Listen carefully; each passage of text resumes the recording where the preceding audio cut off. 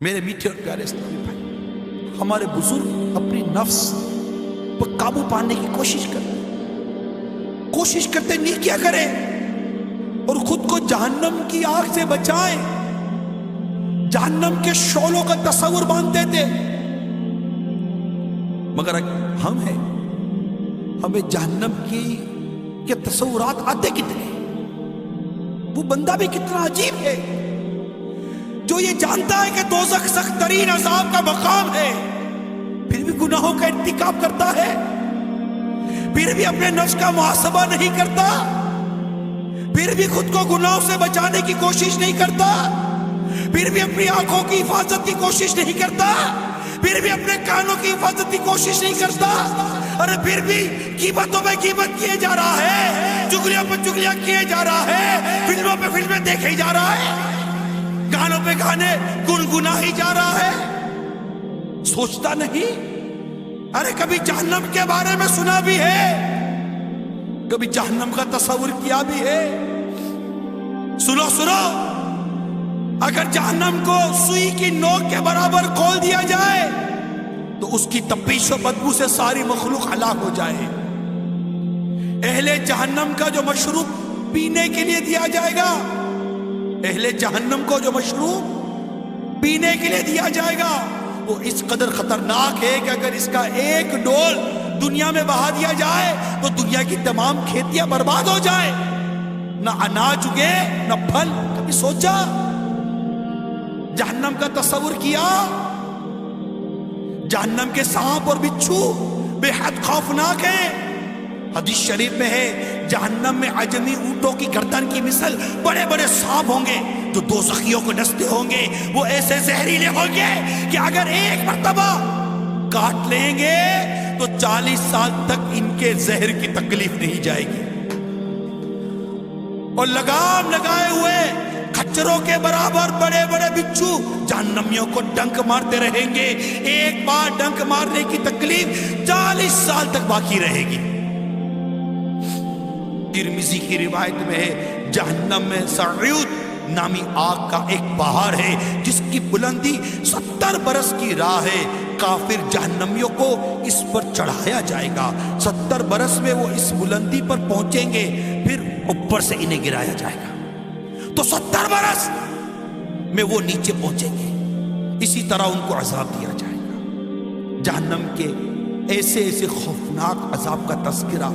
سننے کے باوجود بھی جو گناہوں سے باز نہ آئے اس پر واقعی تعجب ہے،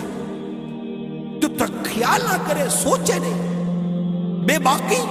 ارے بے باکی کیسے بے باکی؟ آخر انسان کو اس دنیا نے کیا دے دیا اور دینا بھی کیا؟ اس کی رنگینیوں میں گھومے، لوٹ مار میں مصروف ہے، قتل و غارت گری میں مصروف ہے،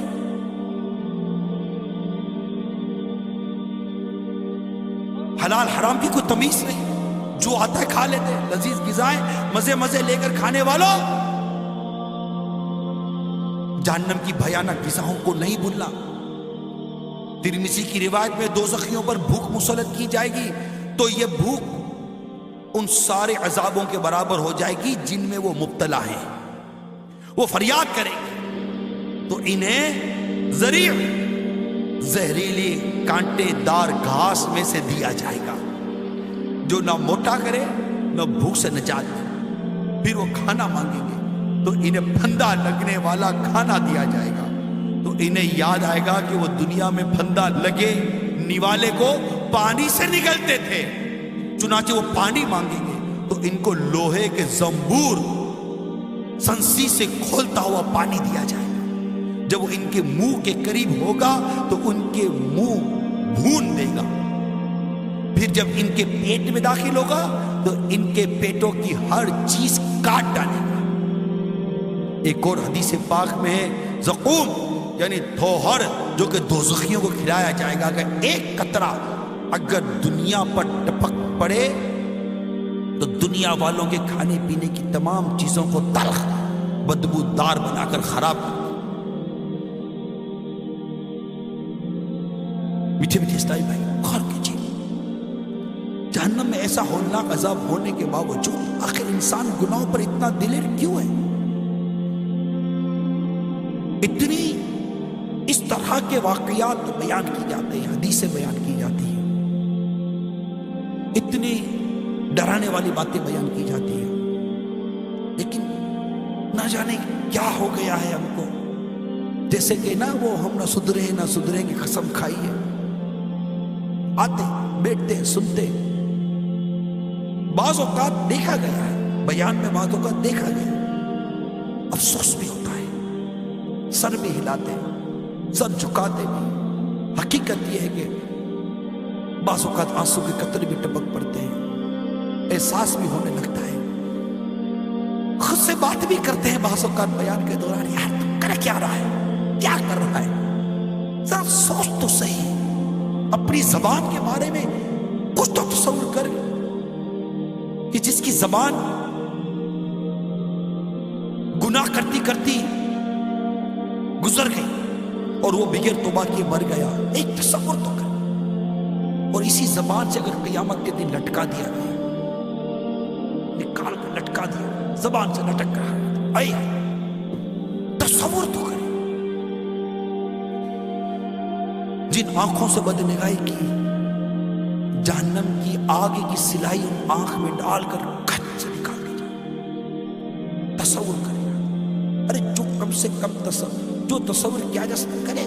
کیا تصور کریں گے، جھڑ سی آتی ہے، جھٹکا سا لگتا ہے، مگر میں یہ پوچھتا ہوں، یہ جھڑی، یہ جھٹکا، یہ افسوس، یہ شرمندگی، یہ سر جھکانا، آخر یہ ہماری